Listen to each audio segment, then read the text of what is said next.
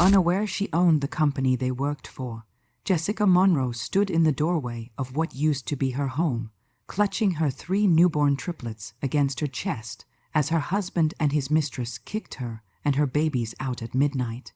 But what she did when his mother laughed would shock them all in ways they never saw coming.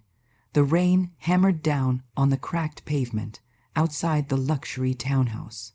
But Jessica's hands remained steady, even as her husband Daniel blocked the entrance with his body, while his mistress Claire stood behind him with a smirk that could cut glass.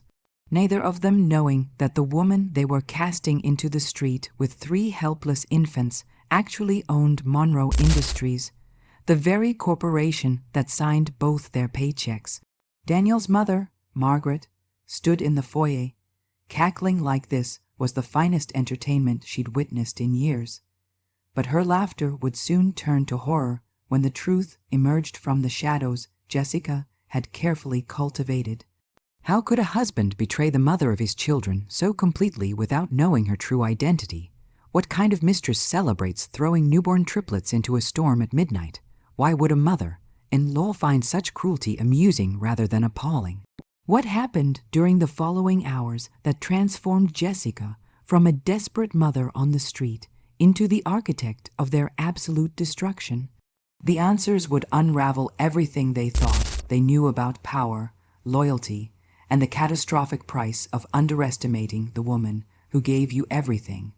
If this is your first time on this channel, kindly subscribe and hit the notification for more interesting stories.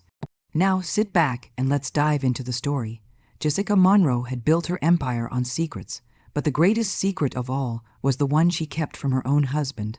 6 years before that midnight confrontation, she'd inherited Monroe Industries from her grandfather, William Monroe. But the inheritance came with a peculiar stipulation that would shape everything that followed. William had been a self-made billionaire who watched his own children tear apart smaller fortunes through entitlement and greed. So when he drafted his will, he included a clause that seemed eccentric but proved prophetic. His granddaughter would receive everything on the condition that she never reveal her ownership to any romantic partner until their 5th wedding anniversary. People show you who they really are when they think you have nothing. William had told her 3 days before his death, his weathered hands gripping hers in his hospital room. Power reveals character, but perceived powerlessness reveals truth.